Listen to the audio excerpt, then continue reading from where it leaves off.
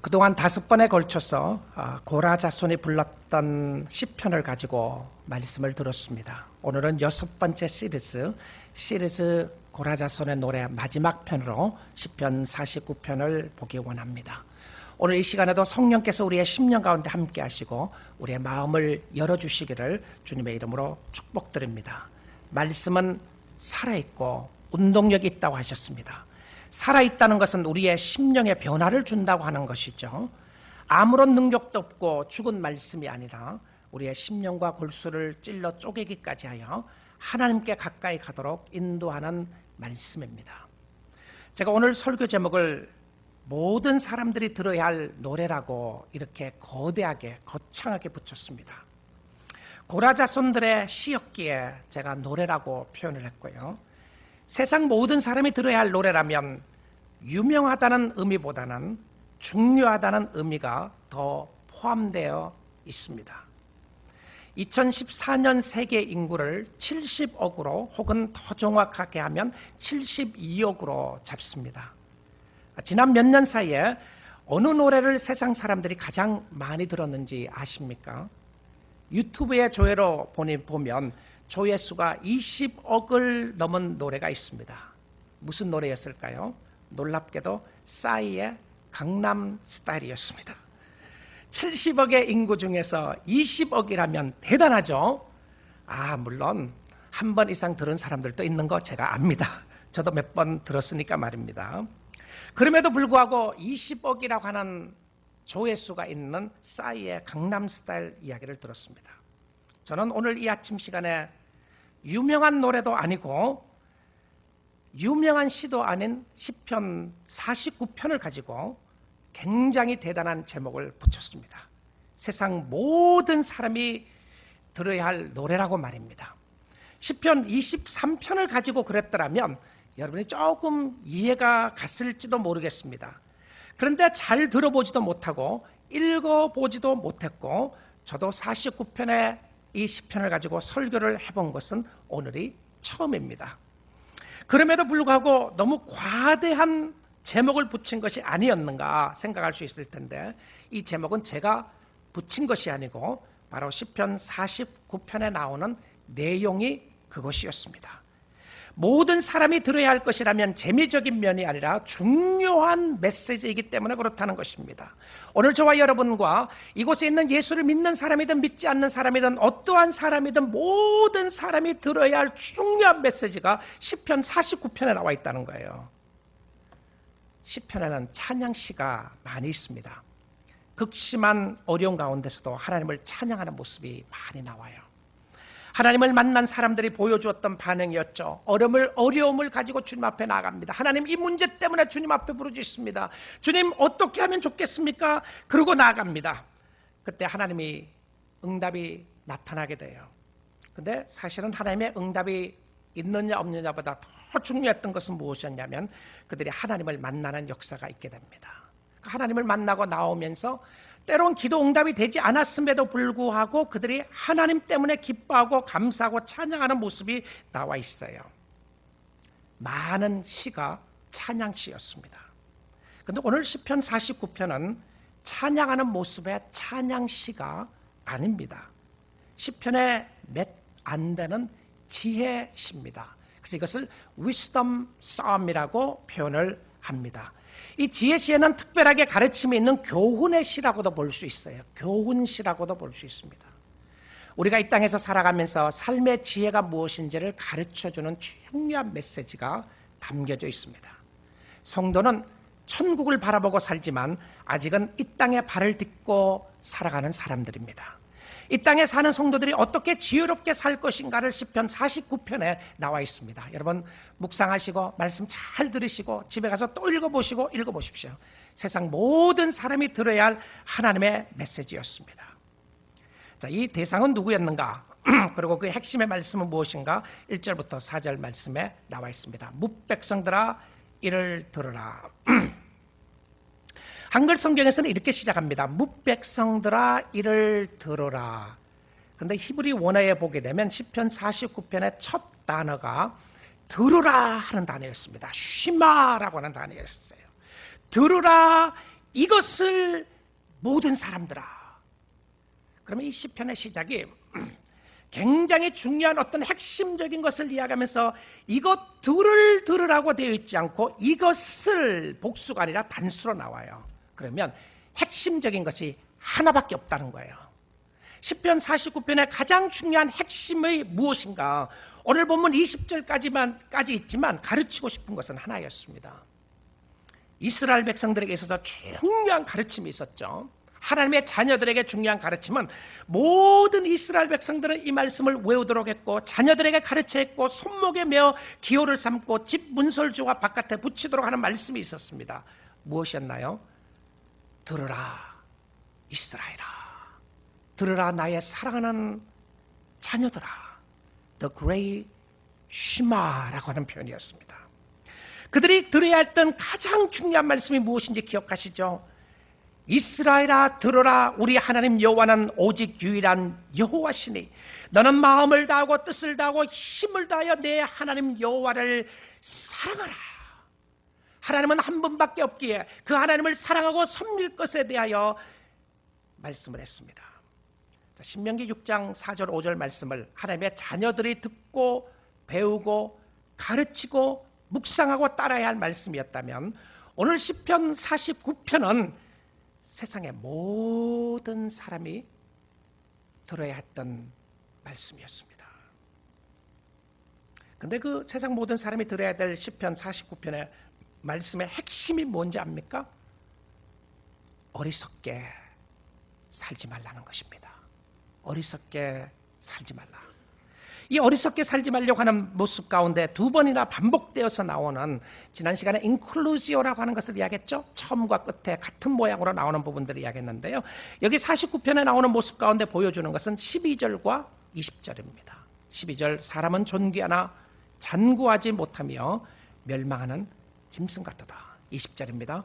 존귀하나 깨닫지 못하는 사람은 멸망하는 짐승 같도다.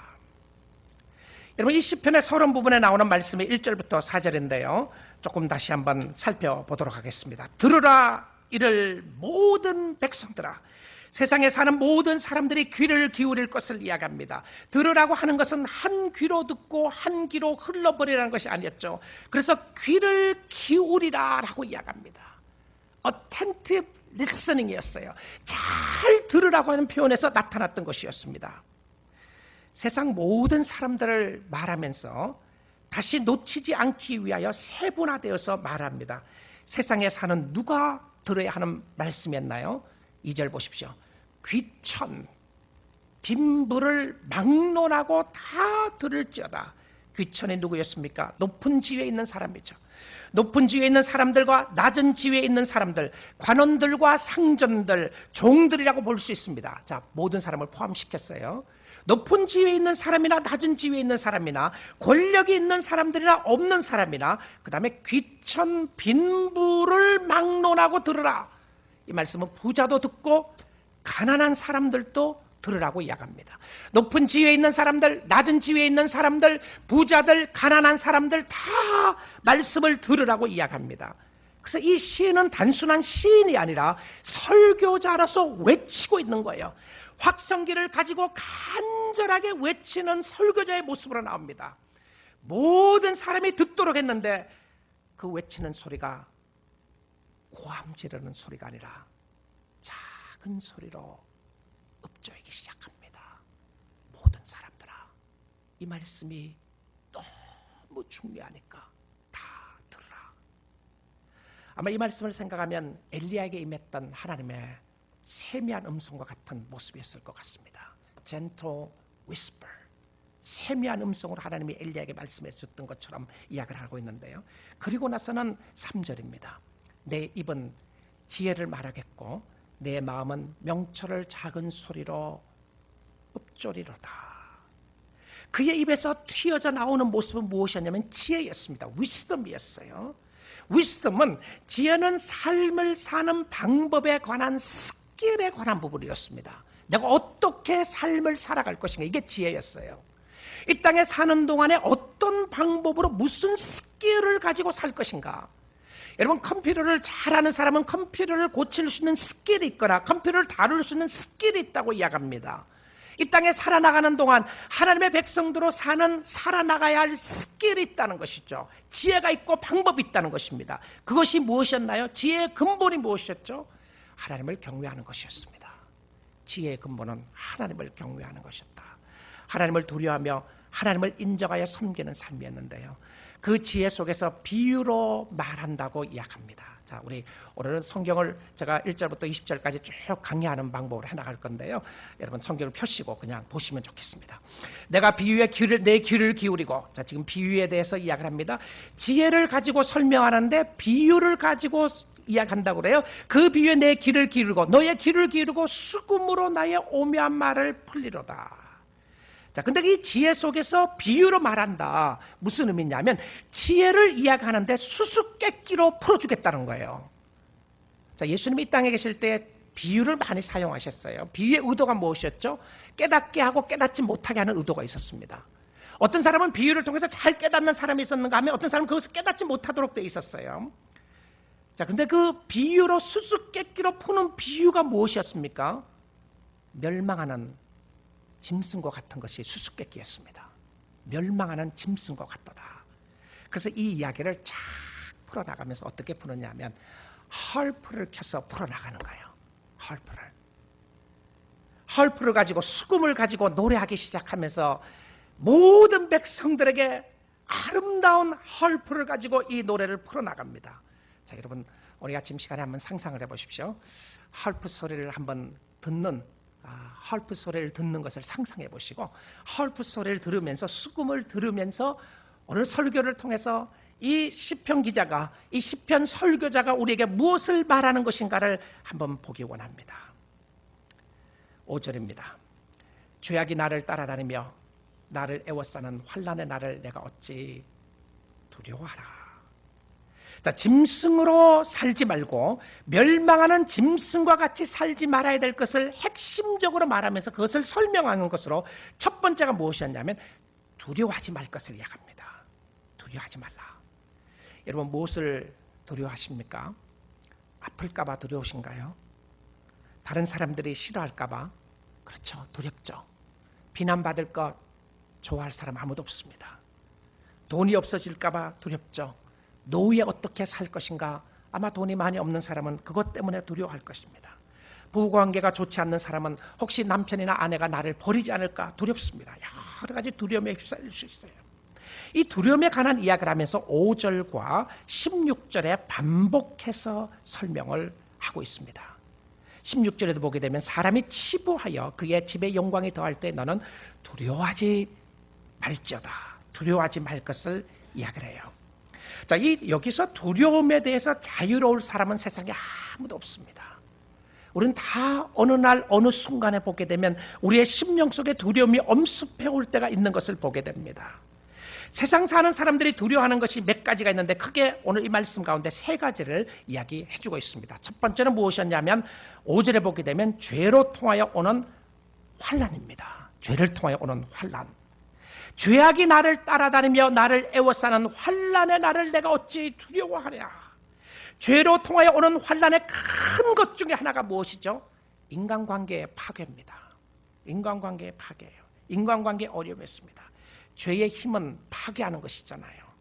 그래서 관계 속에서 상처를 많이 받게 됩니다. 배신당하고 왕따당하고 그냥 찌르는 모습들이 관계 속에 있는 것을 보게 됩니다.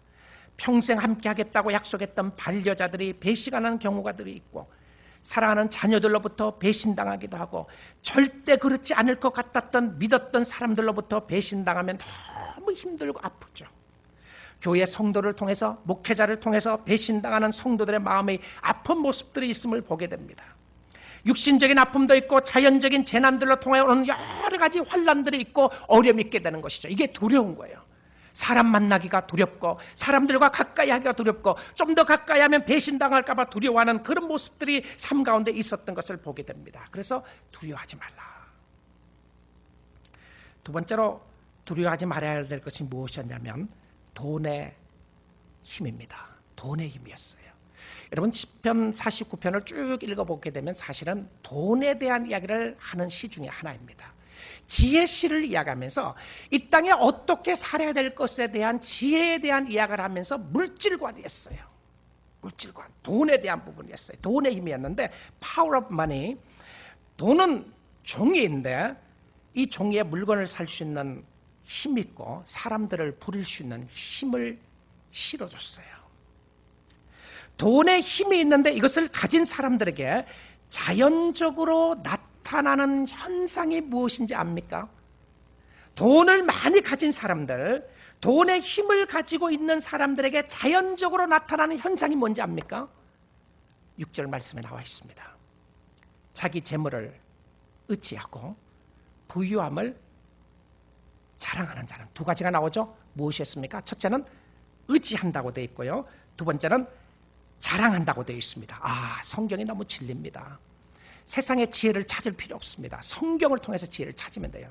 내가 삶을 어떻게 살아야 될 것인가? 내가 왜 이런 모습이 있는가? 내가 왜 이렇게 갈등하고 고민하고 아파하는 것인가? 나의 삶 속에 어떻게 지혜롭게 살 것인가? 성경의 말씀을 들으시면 돼요.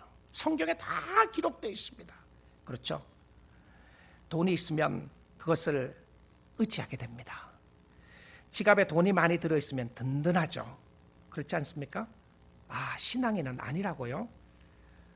물질은 다 의지하게 만들죠. 예수 잘 믿는 사람들도 돈 많으면 의지하는 모습들이 충분히 그럴 수 있습니다. 자, 그런데 없으면 어떻게 되죠? 의지할 것이라고 그랬는데 없으면 어떻게 됩니까? 없으면 불안해지는 것이죠. 그러면 물질을 많이 가지게 되면 어떻게 된다고요? 자랑한다고 되어 있습니다. 의지할 것이고 힘이 있으니까 힘이 있는 사람은 어떻게 하죠? 자랑하는 거예요. 힘이 있고 의지할 것이 있으면 자랑하고 싶어하는 것이 사람의 모습이었습니다. 자랑하게 되면 나타나는 결과가 무엇이죠? 교만하게 되고 사람들을 무시하게 됩니다. 이 세상살이 아닙니까? 돈이 많은 사람들은 사람들을 교만하게 만들고 자신이 교만하고 사람들을 무시하게 됨으로 말미암아 함부로 대하는 모습들을 보게 되죠. 여러분, 물질을 많이 가진 사람들, 이것은 특히 예수를 믿지 않는 부자들에게 주시는 경고였어요. 예수를 잘 믿는 사람들 가운데서 물질적으로 부자들이 많이 있죠. 예수를 잘 섬기는 사람들이 있어요. 그런데 예수 믿는 사람들도 마찬가지로 우리에게 주시는 경고였습니다. 그러면 이거 물질이 많은 사람에게만 주는 경고라고요? 아니에요. 물질이 없는 사람에게도 물질에 대한 경고를 주는 것이 있습니다. 그런데 이 물질은 이상해요. 착각에 빠지게 만듭니다. 착각에 빠지게 만들어요. 착하게 살게 만드는 것이 아니고 착각에 빠지게 만들어야 돼요. 물질은 속입니다.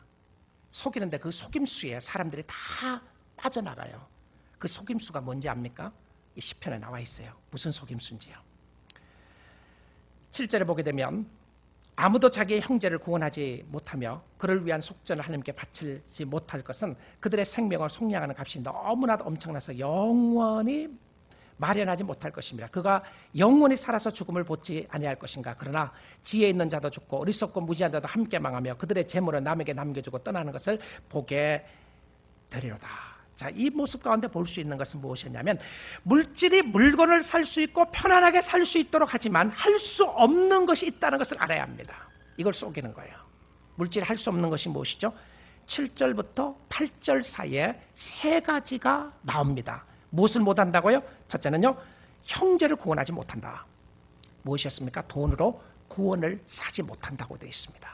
자기 자신도 구원하지 못할 것뿐만이 아니고 이웃에 있는 형제들, 가족들 아무도 돈으로 구원 사지 못한다고 되어 있어요. 두 번째, 무엇을 하지 못한다고 되어 있습니까? 돈을 가지고 속전을 하지 못한다. 랜섬을 하지 못한다는 거예요. 몸값을 지불하지 못한다는 거예요. 몸값을 지불할 수 있으면 얼마나 좋겠어요. 물질을 많이 가진 사람이 말입니다. 왜 그러냐? 영혼의 값이 얼마이죠? 영혼의 값이 너무나도 귀하기 때문에, 영혼의 값이 너무나도 가치가 있는 것이기 때문에 아무리 많은 돈을 가지고 영혼을 가지고 있다고 할 때 영혼을 사지 못하는 거예요. 생명을 사지 못합니다. 세 번째 속이는 것이 무엇입니까? 영혼의 값이 엄청나서 마련하지 못하는데 물질과 생명을 바꾸지 못한다고 되어 있습니다. 물질과 생명을 바꾸지 못한다. 여러분 다 아는 말씀 아니겠습니까? 그렇죠? 여러분이 알던 말씀이 성경에 기록되어 있어요. 세 번째로 두려워하는 것이 무엇이죠? 세 번째로 두려워하는 것은 무엇이냐면 죽음입니다. 죽음이에요. 죽기 싫어하는 거예요. 특별히 돈이 많은 사람들은 더 죽기 싫어합니다. 프랑스의 철학가였던 볼테르는 이렇게 이야기했습니다. 그가 굉장한 철학가로서 부자였는데요. 무신론자였죠. 하나님이 없다고 생각하는 사람이었습니다. 믿었던 사람이었어요. 근데 그의 죽기 얼마 전에 그런 이야기를 합니다. 나의 생명을 6개월이라도 연장시킬 수 있다면 나의 재산의 절반을 당신에게 주겠다. 그러고 나서 얼마 있지 않아서 죽게 되었던 것이죠. 생명을 연장하기 위하여 돈으로 할 수 있는 것이 있다면 돈을 가진 사람은 무엇이든지 하고 싶은 마음을 가질 것입니다. 그래서 물질이 많은 사람은 죽지 않을 것인가? 9절에서 10절에 나와 있습니다. 그가 영원히 살아서 죽음을 보지 않을 것인가? 지금 물질이 많은 사람에게 이야기하는 거예요. 영원히 살아서 죽음을 안 볼 것인가? 그러나 지혜 있는 자도 죽고 어리석고 무지한 자도 함께 망하며 그들의 재물은 남에게 남겨두고 떠나는 것을 보게 되리라. 기가 막힌 말씀이 나와 있어요. 어떻게 된다고요? 그런데 지혜 있는 자는 누구를 이야기했느냐 하면 이 당시에 지혜 있는 자는 예수 믿는 사람들을 이야기했다고 볼 수 있습니다. 예수 믿는 사람도 죽고 믿지 않는 사람도 죽는데 믿지 않는 사람들에 대해서 어리석은 자는 뭐라고 되어 있습니까? 망한다고 되어 있어요. 예수 믿는 사람은 죽는다고 표현했고요. 믿지 않는 사람들은 망한다고 표현되어 있습니다. 지혜 있는 자는 죽고 어리석은 자는 망한다. 망함이 무엇이죠? 망함이 무엇이었나요? 부자가 망한다고요? 그것이 무엇이었죠? 그들이 재물을 다 남에게 남겨두고 떠나는 것을 보리라. 다 남 좋은 일 다 시킨다는 거예요. 버는 사람 따로 있고 쓰는 사람 따로 있다는 말이 있죠. 그렇습니다. 아무도 가지고 가는 사람이 한 사람도 없습니다. 여러분, 어린아이가 태어나면 손을 꽉 쥐고 있습니다. 여러분, 주먹을 꽉 쥐고 있어요. 뭐든지 움켜잡으려고 꽉 쥐고 있는데 죽을 때 되면 모든 사람들이 손을 다 펴니다. 주먹을 쥐고 죽는 사람 한 사람도 없어요. 힘이 없으니까 다 놓게 되는 것이죠.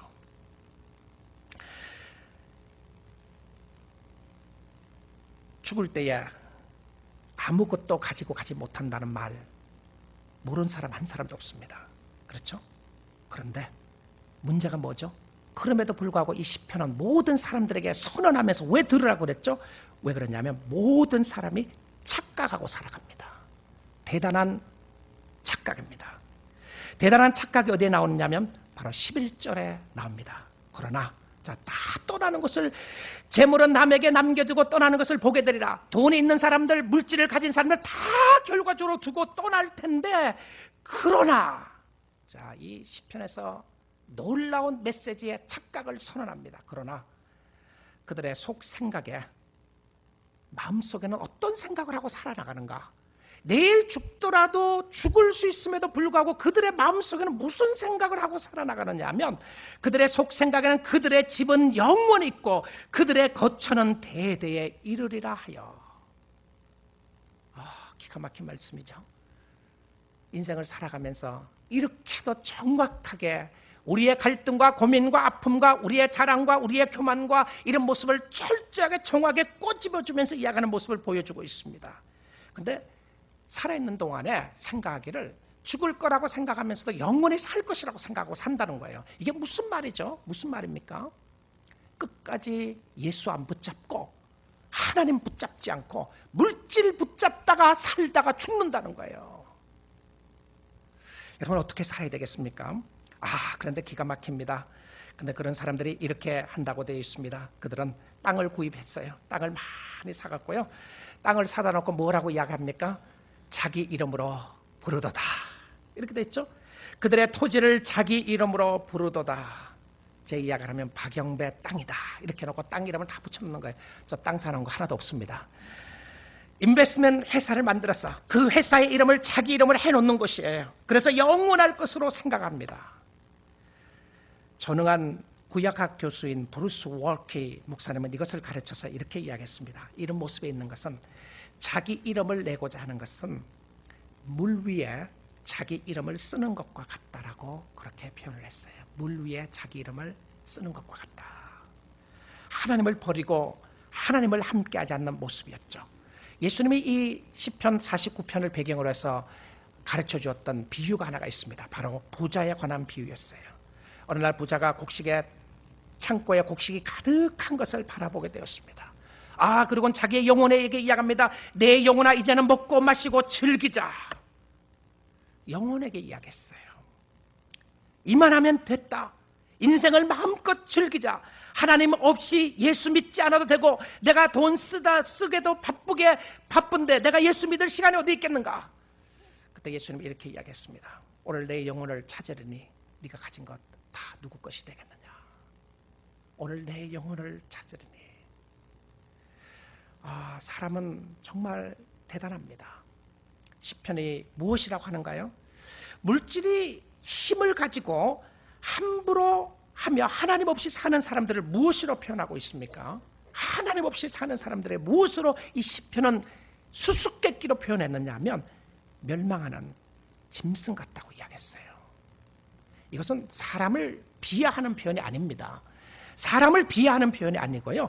이렇게 하루 있다가 죽어버릴 그런 모습 가운데 있는 모습들처럼 살아나간다면 하나님을 떠나 사는 사람들의 모습을 이야기했어요.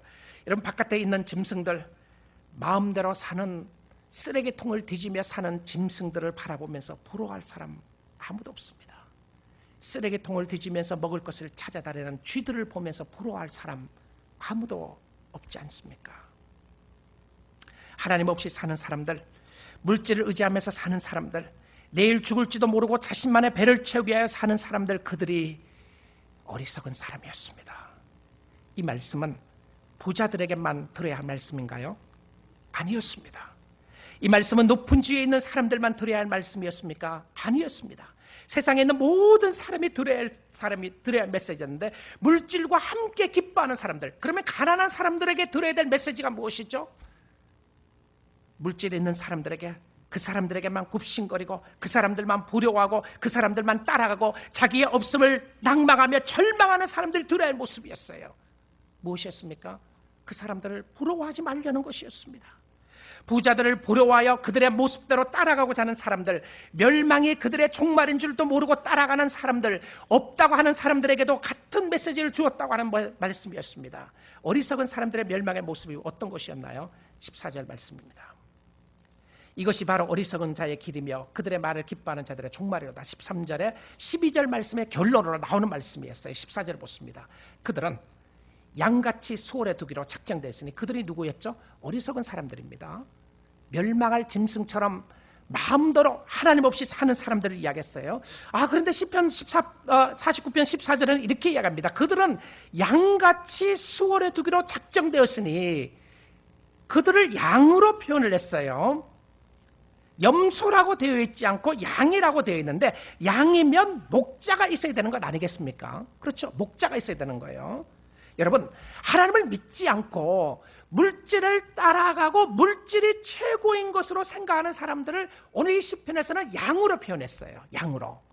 그러면 양으로 표현했다면 자기 스스로 그렇게 사는 것이 아니라 누군가는 그렇게 살도록 영향력을 주었고요. 세상이죠. 누군가는 그렇게 사는 것이 최고의 인생이라고 이야기하는 사람이 있었어요. 목자가 있었습니다. 목자가 있었어요. 예수 안 믿는 사람에게도 목자가 있는 거 아세요? 그 사람들 인정하지 않겠죠. 어리석은 사람들에게도 목자가 있습니다. 인정하지 않을 것입니다. 근데 그들의 목자가 누구있냐면, 누구라고 되어 있습니까? 오늘 여기 보니까 사망이라고 되어 있습니다. 사망이라. 그들은 양같이 수월에 두기로 작정되시 사망이 그들의 목자일 것이라. Death is their shepherd라고 되어 있습니다. Death is their shepherd. 죽음이 그들을 인도하게 될 것이다. 근데 이 죽음이 어디로 인도하죠? 이 사람들요. 어딘가는 인도해야 될 거 아니겠어요? 여호와가 우리의 목자가 됐을 때에 여호와는 우리에게 푸른 초장과 잔잔한 시냇물가로 인도하시고 우리를 천국으로 인도하고 있다는 것을 알고 있습니다. 근데 죽음이 목자가 되었을 때 죽음이 그들을 어디로 인도하나요? 어디로 인도한다고 되어 있습니까? 정직한 자들이 아침에 그들을 다스리리니 그들의 아름다움은 소멸되고 수월이 그들의 어디서 산다고요? 거처가 되리라. 세상에서 아름다움 다 vanish 될 것입니다. 다 아름다움도 없어질 거예요. 세상의 영원한 모습들 다 없어지게 될 것입니다. 그리고는 예수를 믿지 않는 사람들에게 목자가 찾아올 것입니다. 그 목자는 바로 죽음의 목자였고요. 죽음의 목자는 그들을 어디로 인도하느냐 하면 수올로 인도할 것입니다. 수올이었죠. 바로 구약 성경에 보았던 지옥이었습니다. 시올, 지옥이었어요. 지옥이 그들을 인도한다고 되어 있습니다. 돈 있으면 다 된다고 생각하지 마십시오. 돈으로 다 된다고 생각하지 마십시오. 교회 안에도 돈으로 다 된다고 생각하지 마십시오. 영혼의 구원은 안 됩니다. 영혼의 가치가 너무 크기 때문에, 너무 가치 있는 것이기 때문에 할 수가 없어요. 어디에서 살아야 할 것인가? 누가 당신을 인도하는 목자가 되고 싶습니까? 누구를 따라가고 싶습니까? 죽음을 따라가고 싶으시나요? 아니면 여호와를 따라가고 싶습니까? 부자들을 너무 두려워하지 마십시오. 그리고 부러워하지 마십시오. 이것은 예수 믿는 사람들은 다 가난하게 살아야 한다는 것을 가르치는 것이 아니었습니다. 전혀 그런 포인트가 아니었어요. 왜냐하면 그런 메시지가 없어요. 돈을 벌지 말라고 하는 것을 가르치는 것도 아니었습니다. 이것은 돈이 아무것도 아니라고 가르치는 것도 아니었어요. 오히려 돈의 힘이 얼마나 강한지를 가르쳐주고 있어요. 그러니까 따라가잖아요. 가난이나 부유함이 아니라 세상의 힘을 의지하지 말고 살아야 할 것을 가르쳐주고 있습니다. 세상의 힘을 의지하지 말고 예수 그리스도를 의지할 수 있기를 주님의 이름으로 축복드립니다. 있는 자들에게나 없는 자들에게나, 오히려 없는 자들에게 더 드려야 할 말씀은, 없는 사람들이기 때문에 절망하고 낙심되는 모습들이 얼마나 많이 있습니까? 있는 자들이 횡패를 부린다고요? 그럴 수도 있습니다. 그러나 없는 자들이 무시당한다고 생각하는 것이 자격지심 때문에 그럴 수도 있는 것이죠. 주님은 이 말씀을 통해서 우리의 진정한 목자가 누구인가를 보여주고 있는데요, 이 시편에 와서 15절에 와서 갑자기 샬프 터닝을 합니다. 갑자기 그냥 시편을 쫙 오다가 바퀴를, 핸들을 반대 방향으로 돌리듯이 갑자기 싹 돌려요. 인생의 핸들을 돌리시고 터닝 포인트가 필요한 것이죠. 그 터닝 포인트가 무엇이었냐면 15절입니다. 그러나 하나님은 이거예요. 인생의 늘 터닝 포인트가 뭐냐면, 그러나 하나님은, 그러나 누구는, 그러나 무엇은 그거 아니었어요.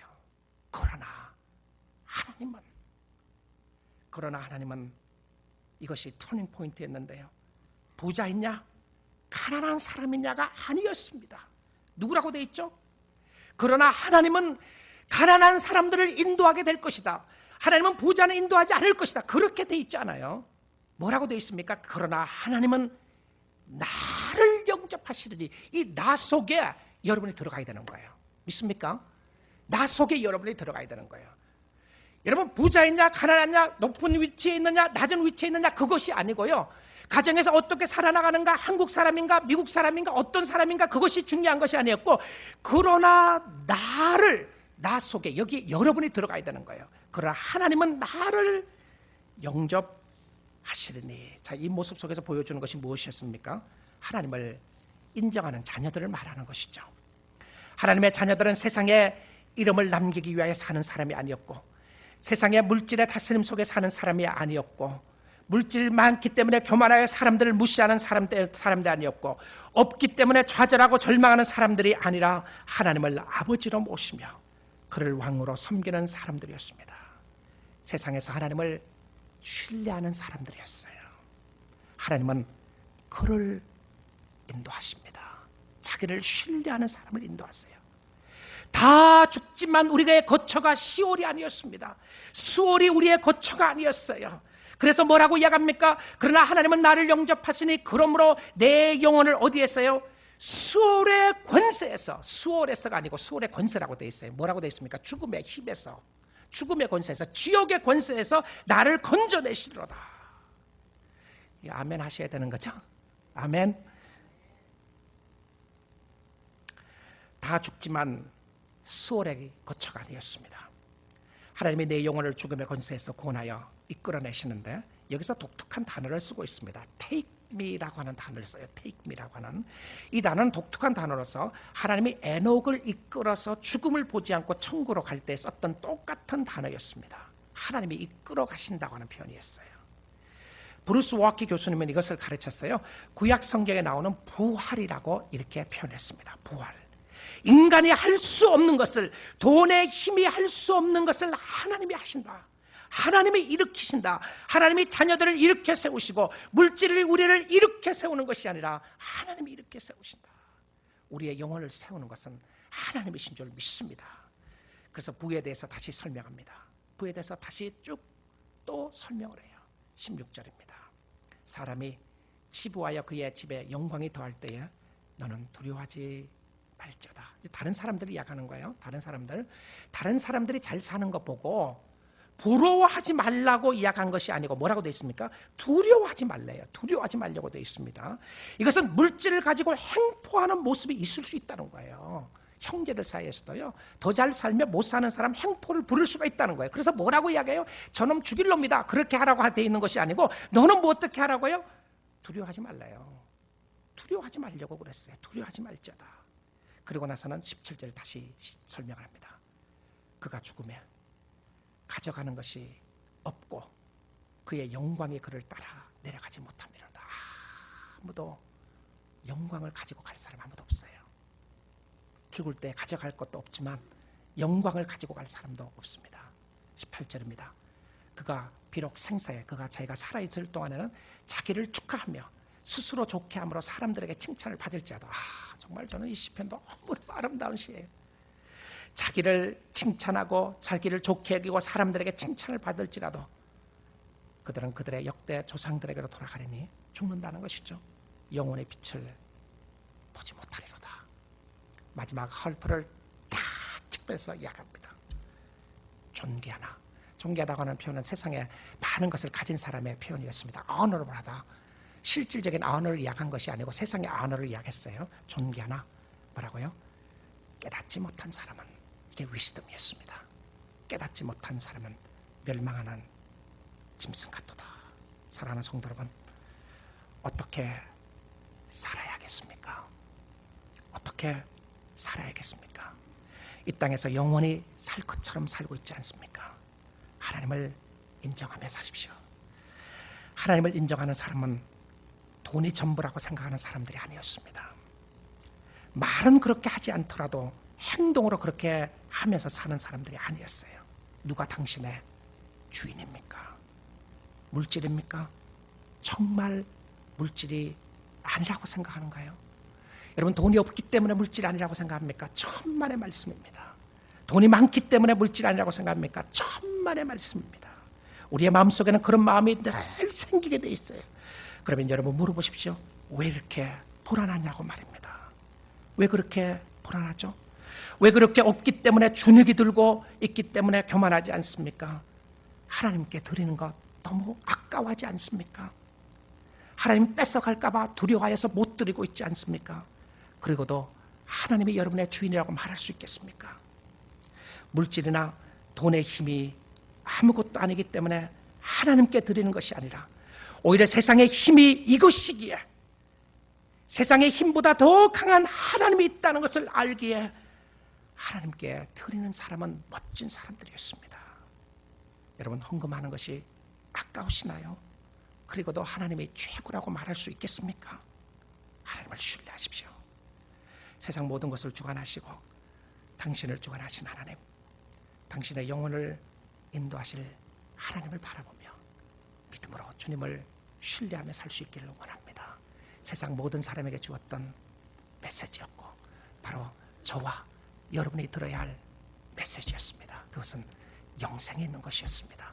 하늘이 있고 천국이 있기에 우리가 이 땅에서 주님 바라보고 주님 의지하고 살 때에 주님이 주시는 놀라운 축복이 여러분에게 함께하는 역사가 있기를 주님의 이름으로